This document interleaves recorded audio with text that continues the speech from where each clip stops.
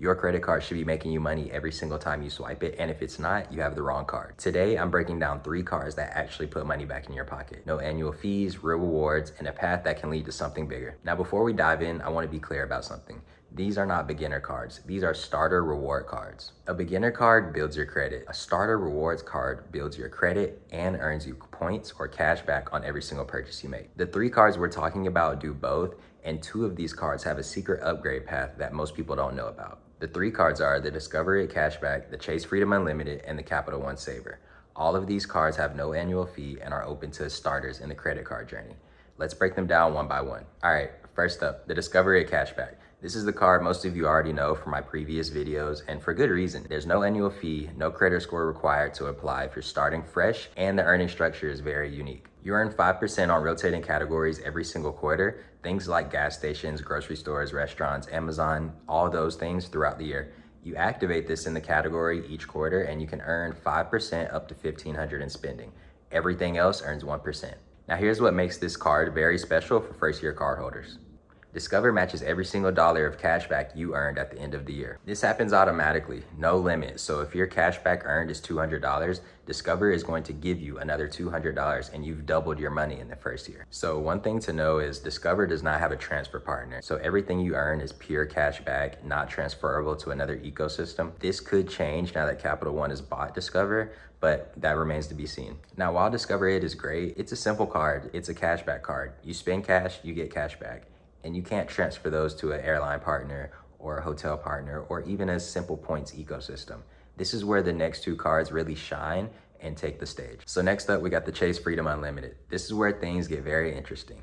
No annual fee, and here's the earning structure. 5% booked on travel through Chase Portal, 3% on dining and drugstore purchases, and 1.5% on everything else. Every single purchase earns an at least minimum of 1.5%, which is better than most flat rate cards out there, but I will say the competition is catching up. We also have a welcome bonus of $200 after spending $500 in the first 3 months, which is super easy to hit. Now here's the part that most people miss. This card technically earns Chase Ultimate Rewards points, not just cashback. And when you use it as a standalone card, those points are worth 1 cent each as cashback. But here's where the upgrade path really comes in. Later on in your credit card journey, if you ever add a Chase Sapphire Preferred or a Chase Sapphire Reserve to your wallet, and trust me, you will add those and we'll talk about them in future videos, you can transfer points that you've earned from the Freedom Unlimited over to that card. And suddenly those points become transferred to airline and hotel partners like Hyatt, United, Southwest at a 1-to-1 ratio at minimum. Points earned buying groceries and going to dinner are now booking flights and hotel stays. That's not cashback anymore, that's travel rewards, and it all started with a no annual fee card. And for the third and final card, the Capital One Savor.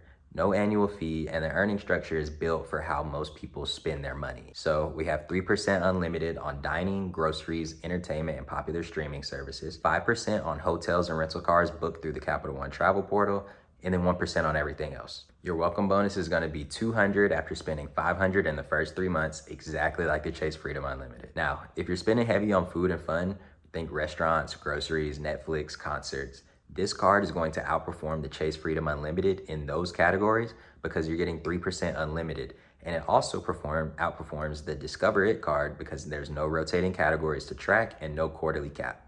And just like Chase, Capital One has an upgrade path.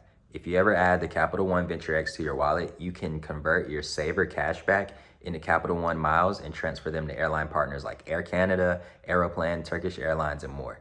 Again, cashback that becomes travel rewards. Okay guys, I want to pause here because this is the part that nobody talks about when they recommend beginner cards. Both the Chase Freedom Unlimited and the Capital One Savor earn what I call a gateway currency. On their own, they're great cashback cards, but the moment that you pair them with the premium travel card in their ecosystem, all that cashback you've been stacking becomes transferable travel points. So who should get which card?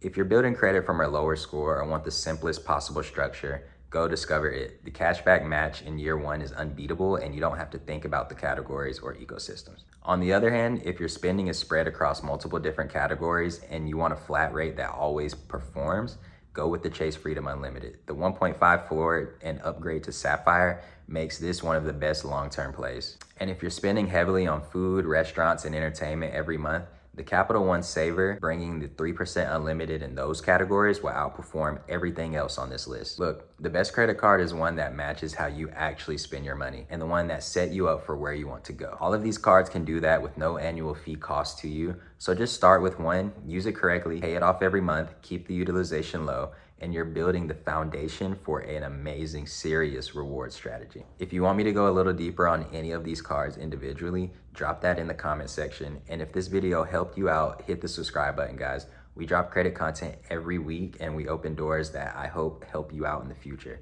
So until the next one, I'll see you then.